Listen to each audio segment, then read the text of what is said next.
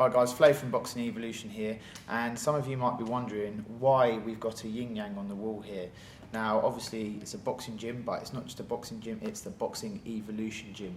The evolution part being to do with self-development, achieving your full potential, getting your life goals, getting yourself out of a bad situation.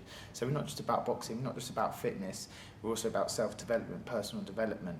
Now, what we're trying to do here is almost repackage ancient Chinese philosophy, ancient philosophy from martial arts, and repackage it in a way that is modern, appealing and understandable to the modern day person.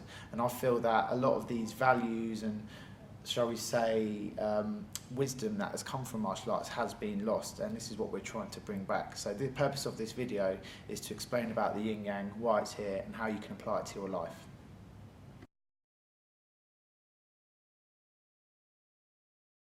Okay, so what is the Yin Yang? Okay, as we can see, we've got this circle behind me here. We've got the dark or the black and the red, and it's going in a circular motion, and then we've got two dots of the opposite colour in the different segments. Okay, Yin and Yang.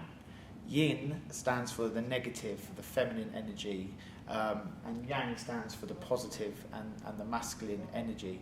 And as you can see, there's the two dots in the opposite centre.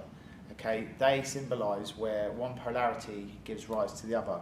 Now when I say polarity, that is what the Yin Yang represents, the dualistic nature of reality, the two polarities and how they interplay in the world we live in. Okay, some examples of the two polarities are hot and cold, tall and short, fast and slow, one we can all understand, male and female, and possibly the two greatest polarities that ever exist that affect us, love and fear. Now, a lot of people don't actually understand what the Yin Yang is about and what the two dots are for. The two dots symbolise where one gives rise to the other. For example, you might be most saddest before you become happy again. It's often darkest before it's night.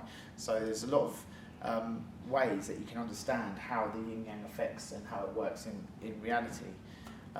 Next I'm going to go on how you can apply the Yin Yang to your life and make changes that you want.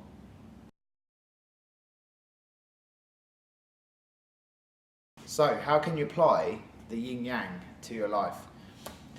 The Yin Yang actually can be applied to you physically, mentally and emotionally, but for a lot of you, let's just start with an example of how you can use the principles of the Yin Yang to apply to physical training. Yin being, shall we say, the feminine energy, relaxation, calmness, all that kind of stuff. Yang being the positive action, doing stuff. If you have too much Yang, okay, too much activity, overtraining, you quickly become worn down, you quickly can get ill, you can lose results, you know, all that kind of stuff. So it's about achieving balance. Start applying a little bit more Yin into your life, having a little bit more relaxation time, you know, all that kind of stuff, giving yourself some days off, all that kind of thing. You know, because without the balance, you know, nothing is achieved. Let's go on to how it applies on an emotional level, or say on an everyday interaction level. You're walking down the street and someone comes up to you and they're in a bad mood, or for whatever reason they start having a go at you. Okay, that anger, that is Yang energy that they're projecting onto you.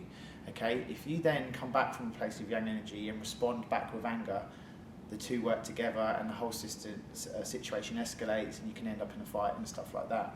Okay, however, if you respond to anger with calmness, often the situation will just fizzle out because you're not feeding the flame. Okay, so that's an aspect of how you can apply Yin and Yang to, say, an everyday situation that you might find yourself in. Okay, then there's on the psychological level about achieving your goals and stuff like that. Okay, if you come from too much of a place of fear, too much of a place of Yin, okay, you'll always talk yourself out of doing stuff, you'll never achieve it. Okay, so sometimes you might need a little Yang. You might need to think to yourself, actually, I need to actually put a bit more, you know, positivity into my life and talk myself into doing things. Similarly, if you've got too much Yang, you might be trying too hard. Sometimes it's about learning when to just step back and not keep pushing and, you know, just letting life unfold as it would.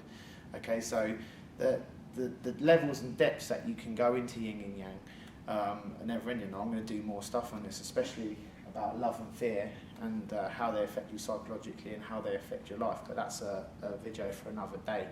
Okay, but for the moment, I hope this has just been a good introduction to the philosophy of Yin and Yang, and I'm looking forward to bringing you some more videos. Alright guys, well I hope you've enjoyed this video. I'm planning to bring lots more stuff from the gym and these concepts that you can apply to your training and to life and stuff like that. Obviously, please feel free if you have any questions regarding things like Ying Yang or anything else that I post videos about.